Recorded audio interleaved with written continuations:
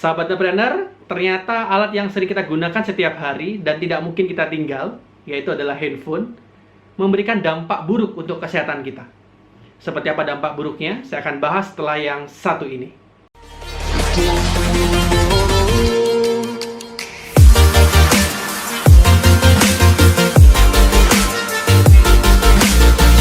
Nah, sahabat entrepreneur, siapa kalau baru bangun tidur pagi yang dicari pertama kali handphonenya? Atau misalnya keluar dari rumah, handphonenya ketinggalan, itu harus pulang ke rumah untuk ambil handphonenya. Atau satu lagi, siapa yang suka ketiduran sambil pegang handphone, atau bahkan handphonenya tidur di sebelah kepalanya? Ayo, saya yakin semua pernah mengalami hal ini. Kenapa itu bisa terjadi? Karena sekarang handphone ini sudah menjadi kebutuhan dasar kita. Tanpa handphone, rasanya seperti ada yang kurang. Ya, pernahkah teman-teman semua tahu bahwa handphone ini ternyata memberikan efek buruk untuk kesehatan kita? Bahayanya adalah handphone ini ternyata memancarkan radiasi yang kalau kita terpapar radiasi terlalu lama dan jangka waktu yang panjang, itu ternyata memberikan efek buruk untuk kesehatan kita.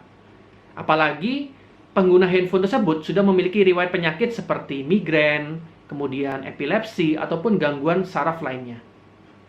Apa yang saya sampaikan tadi bukanlah sebuah mitos ataupun pernyataan yang tidak mendasar. Tidak. Tetapi hal ini telah diteliti dan dipublikasikan oleh jurnal yang terpercaya, Annals of Neurology. Ini adalah jurnal medis yang khusus membahas mengenai masalah neurologi.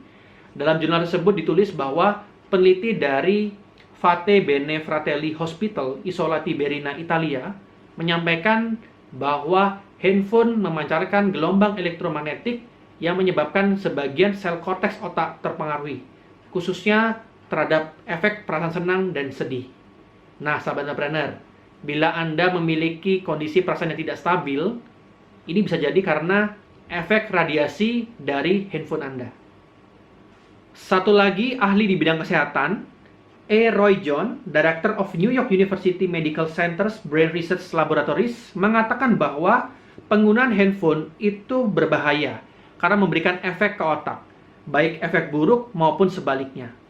Memang belum bisa disimpulkan dampaknya seperti apa, tetapi yang pasti handphone memberikan dampak. Penelitian dari Fate Bene Fratelli Hospital Isola Tiberina, Italia, tidak hanya fokus terhadap handphone yang dapat meningkatkan kasus kanker dan tumor pada otak, tetapi juga efek lainnya. Nah, penelitian ini melibatkan 15 partisipan yang memiliki rentang usia 20-36 tahun. Saya tidak membahas konsep penelitiannya seperti apa, tetapi yang mau saya bahas adalah bagaimana hasil dari penelitian tersebut. Hasil penelitian ini menunjukkan bahwa secara statistik terjadi peningkatan rangsangan yang signifikan pada bagian korteks otak setelah pemaparan sinyal elektromagnetik dan akan berakhir setelah 1 jam pemaparan. Efek lainnya yaitu terjadi perubahan sel saat pemaparan dan mulai berkurang setelah pemaparan. Dr. Jonathan Fellows dari neurologis di Beamen Hospital Royal Oak dan Roy John mengatakan bahwa mereka fokus pada penggunaan handphone di kalangan pemuda. Mereka juga mengatakan bahwa dampak akan lebih besar pada kalangan anak-anak karena otak mereka masih dalam masa pertumbuhan dan perkembangan. Mereka mengatakan bahwa bila mereka memiliki anak, mereka akan berusaha supaya anak mereka tidak menggunakan handphone. Nah, mereka berdua juga mengatakan bahwa tidak masalah menggunakan handphone asalkan tidak melewati batas waktu 15 menit. Namun kenyataannya itu tidak mungkin. Kenapa? Karena saat ini untuk telepon saja mungkin kita bisa menghabiskan waktu 30 menit. 1 jam bahkan 1,5 jam. Belum lagi media sosial. Saya sangat yakin banyak orang yang menggunakan media sosial itu bisa seharian. Kadang bisa 3 jam, 4 jam, dan sebagainya.